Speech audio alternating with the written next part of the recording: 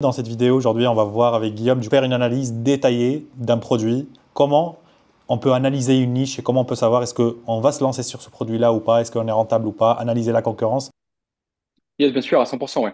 Là, pour le coup, j'ai pris un produit assez classique que tout le monde peut trouver du coup en ligne ou en magasin. C'est un jeu de Nintendo Switch. Donc, je pense que c'est une marque qui est très connue, Nintendo, qui se vend aussi très bien sur Amazon. Et pour le coup, j'aime bien la niche des jeux vidéo dans le sens où c'est un produit donc tu peux mettre par exemple 100 ou 150 unités dans un seul carton. Si le produit te rapporte 4 ou 5 euros à l'unité, un seul carton taille déménagement, ça peut te rapporter 400 ou 500 euros de bénéfices. Pas de chiffre d'affaires, mais de bénéfices.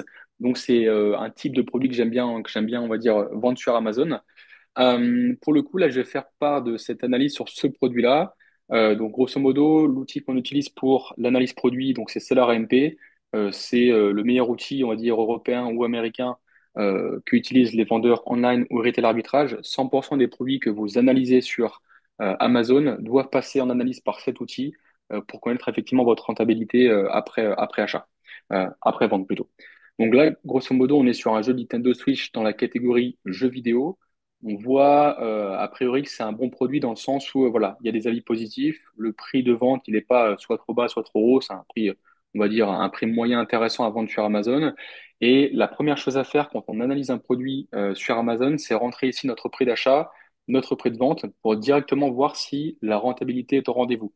Si jamais ce produit-là, je l'ai, par exemple, on va dire, je dis une bêtise, à 18,99, on voit directement qu'il n'y a aucun intérêt à le vendre à 24,99 ou même à le vendre tout court parce que tous les KPI sont en rouge et donc forcément, si la rentabilité n'est pas au rendez-vous, qu'on en vende un ou qu'on en vende 500, on sera toujours dans le négatif. Donc là, je reviens sur mon prix de vente initial donc à 9,99 TTC. En fait, il faut aussi préciser que pourquoi en fait les colonnes s'affichent en vert et en rouge, parce qu'il y a aussi derrière une configuration à mettre en place. Et cette configuration-là, il faut la mettre par rapport à si vous êtes en auto-entreprise, en micro-entreprise ou vous êtes en société, il faut effectuer une configuration et aussi se positionner sur les produits les plus rentables. Voilà, il y a toute une configuration derrière qu'il faut mettre en place sur Seller AMP. Du coup, si vous n'avez pas les mêmes couleurs, code couleur, bah parce que nous aujourd'hui, on met en place une configuration qui va nous permettre beaucoup plus à être beaucoup plus savoir est-ce que le produit il est rentable ou pas, quoi, pour ne pas perdre de temps. Ouais, à 100%, hein. Tout dépend du statut fiscal de la société ou de votre entreprise. À savoir qu'une personne qui a une entreprise, elle aura des cotisations SAF à ajouter après-vente, donc une sorte d'impôt. Alors qu'en société, c'est assez différent. On peut se permettre de vendre à un prix beaucoup plus faible et une rentabilité beaucoup plus faible parce qu'on n'a pas de cotisation ou d'impôt à payer directement Ouais. selon ce qu'on fait, on va dire, de l'argent sur la société. Ouais. Donc là, j'analyse le produit avec mes configurations, d'accord, mais ce sera pas forcément le cas si vous êtes sur un autre statut fiscal que le mien. Donc, si je reprends mon analyse sur SellerMP, on a tous les KPI et les indicateurs qui nous permettent d'analyser le produit sur Amazon et de voir sa rentabilité. On a ici le code ASIN qui est le code, on va dire, d'immatriculation du produit sur Amazon, le code EAN qui est le code un peu national d'identité, donc le code barre du produit. Le premier tableau, c'est le plus important, c'est le tableau du coup information de rentabilité. Si je reprends du coup mon prix d'achat et mon prix de vente, c'est ce qui me permet du coup d'alimenter en fait ces KPI et de mettre en vert ou en rouge selon nos paramètres et selon la rentabilité du produit, voir si le produit est intéressant ou pas. Donc là, si j'achète mon produit à 10 euros TTC et que je le vends 24,99 sur Amazon, avec une moyenne de 10 ventes par mois, ça me fait 4,95 € de profit, une rentabilité à presque 20% et un ROI, donc un retour sur investissement à presque 50%. Donc c'est un produit qui est plutôt intéressant à vendre, pas forcément sur le volume de vente, mais en tout cas dans la rentabilité en lui-même, c'est plutôt correct. Ou en tout cas, c'est un produit que vous pouvez facilement vendre quand vous vous lancez sur Amazon. Sur ce tableau-là, on voit également le nombre d'offres, donc le nombre de concurrents qu'on va avoir sur la fiche. Donc ici, on a 14 concurrents. Donc on aura 6 vendeurs FBA, donc des vendeurs qui délèguent leur logistique à Amazon, donc Fulfillment by Amazon. Et on aura 6 vendeurs FBM qui sont pas trop une menace parce qu'en général, ces vendeurs-là vendent plus cher et n'ont pas autant d'avantages et de privilèges que les vendeurs FBA. Donc en général, selon leur prix de vente, on n'a pas trop à les considérer parce que même si on se positionne plus cher qu'eux, on a de fortes chances que Amazon nous mette en avant plus facilement que ces vendeurs-là. Donc c'est pas vraiment une menace. Ce qui nous intéresse plus, c'est l'FBA et leur position de prix. Ici, sur le menu numéro 2, donc Ranks and Prices, on est plutôt sur l'analyse de la buy box. Donc, en gros, on sait que La buy box, c'est ça. Je vais monter un peu la fenêtre. La buy box, donc la mise en avant en gros du produit, c'est vraiment la fenêtre qui s'affiche à droite lorsqu'on achète un produit.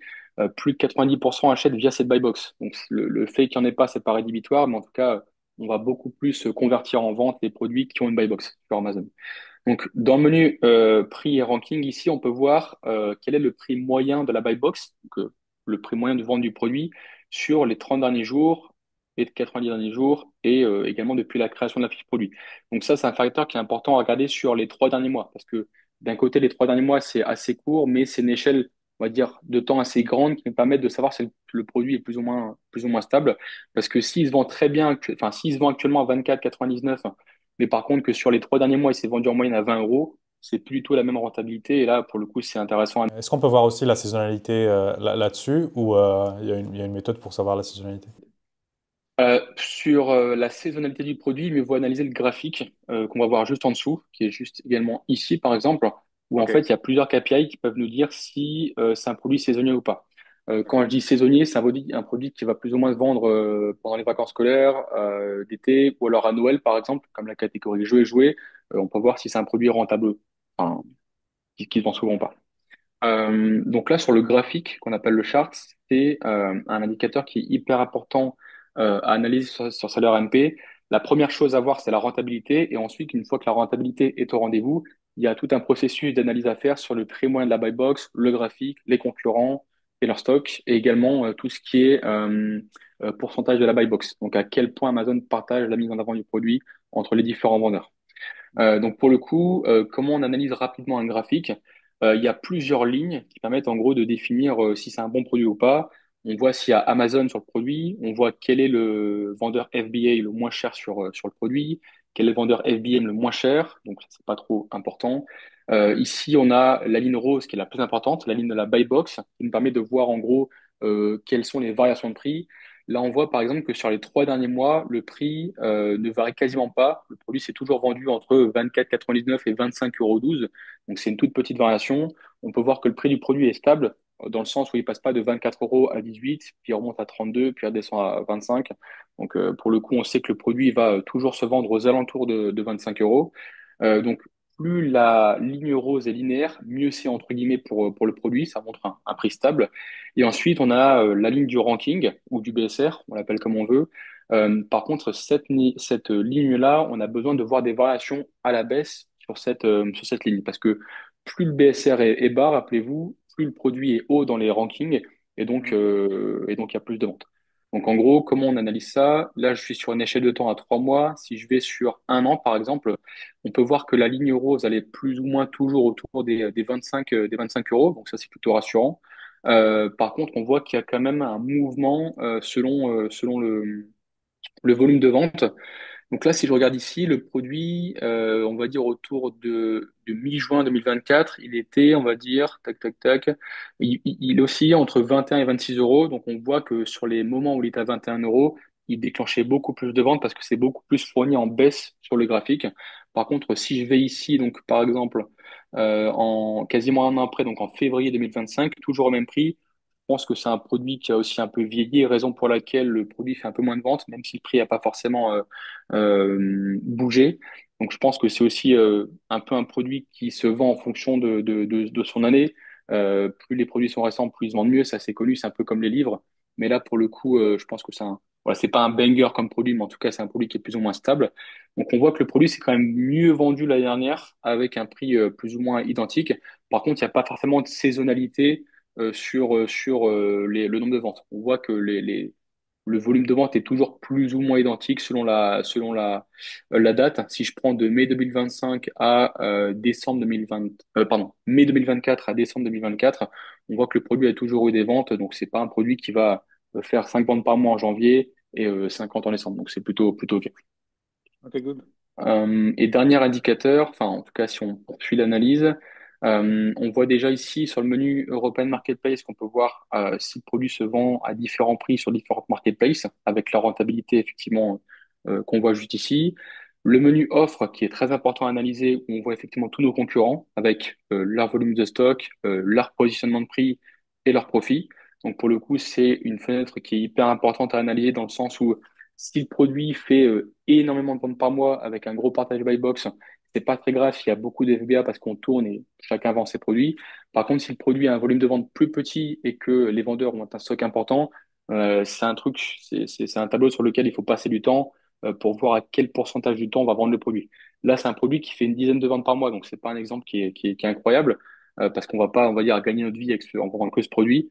Par contre, ça nous donne une idée de un peu du volume de vente qu'on va faire nous personnellement sur ce produit grâce à cette fenêtre-là, donc offre, et également grâce au menu Buy Box Analysis, où on voit par exemple sur les 90 derniers jours, pardon, à quelle fréquence les vendeurs ont vendu. Donc si je regarde sur ce menu-là, c'est un petit camembert qui s'affiche avec une couleur par vendeur. Et quand on va sur la couleur en question, on peut voir qu'Amazon, par exemple, a vendu en moyenne à 25,15 € sur les 3 derniers mois dans 33% des cas.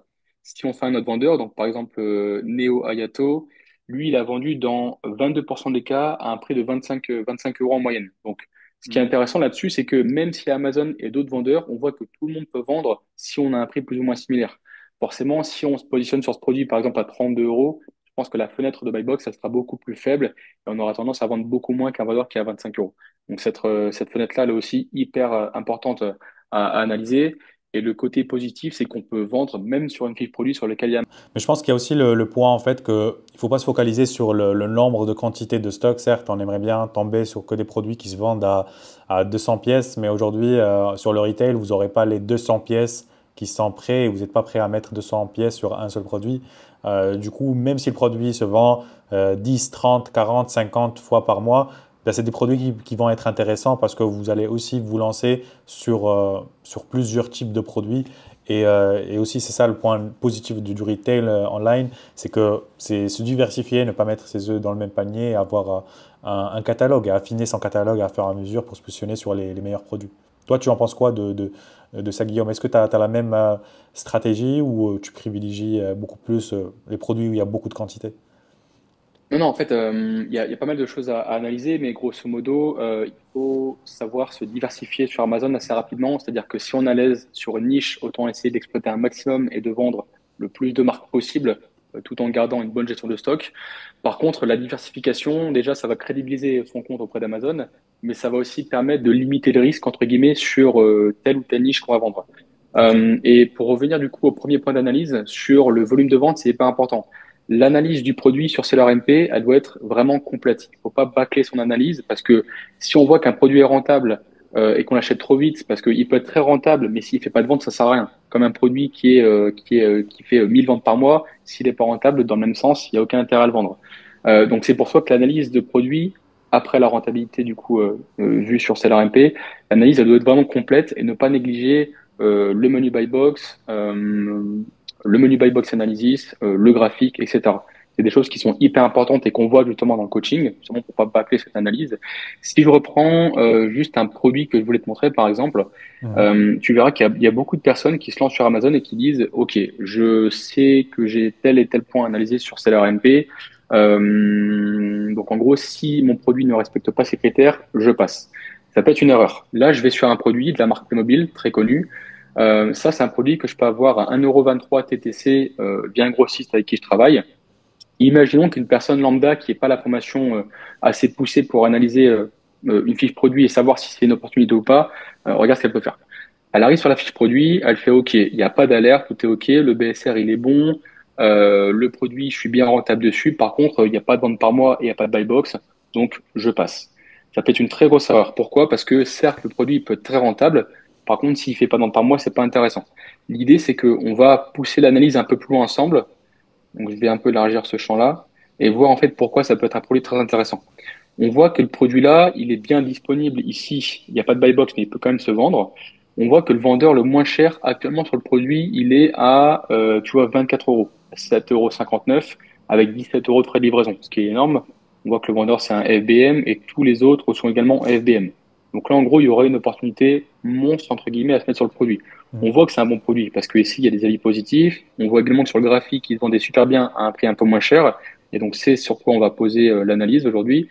Donc on voit que depuis, on va dire depuis fin février, le produit, il a dépassé les 20 euros. Il est à plus de 23 € pour une figurine. ça paraît assez cher, effectivement. On sait que sur Amazon, on peut vendre des produits beaucoup plus chers que sur d'autres plateformes. Par contre, faut pas exagérer non plus, hein. Une figurine comme ça, qui est très simple, qu'on pourra avoir dans un Kinder, entre guillemets, on va pas la vendre non plus 25-30 € sur Amazon, il faut pas exagérer.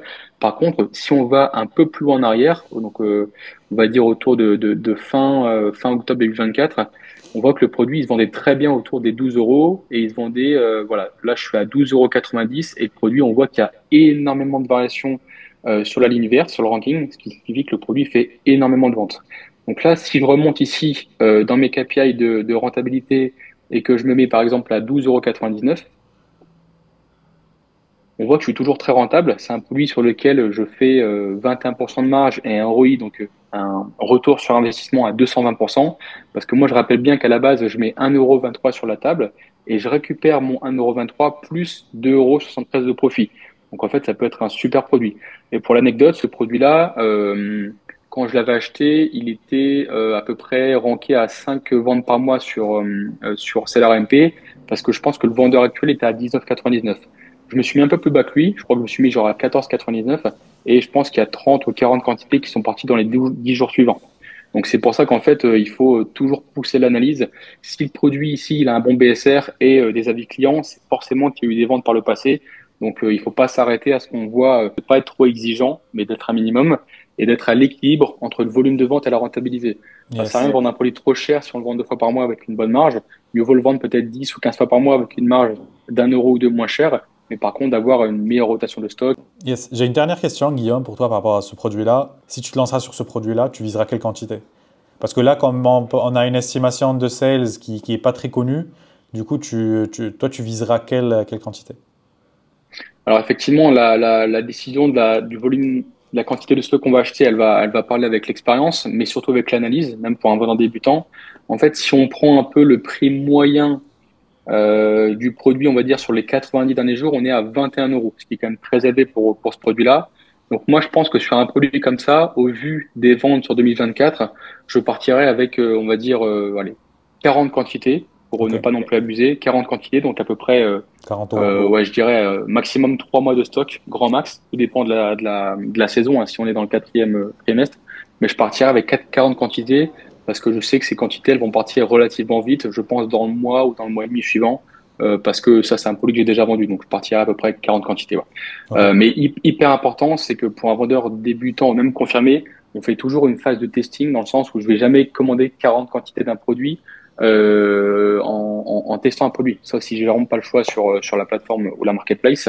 Moi, en général, je commence toujours avec 10-15 unités. Et si ça s'est vendu à peu près comme Seller MP l'a estimé, là, à ce moment-là, je repars avec 40 ou 50 quantités et plus de confiance, quoi. Merci beaucoup pour ton temps. Du coup, je pense qu'on va s'arrêter là. Je dis à la prochaine. N'hésitez pas à liker, à vous abonner. Si vous avez d'autres questions, n'hésitez pas à checker l'espace commentaire. On a déjà sorti plusieurs vidéos sur la stratégie Keepa, sur le sourcing, sur comment calculer sa rentabilité et comment se positionner sur Amazon. N'hésitez pas à checker nos vidéos sur YouTube. On reste là et on se dit à la prochaine pour une nouvelle aventure. Let's go!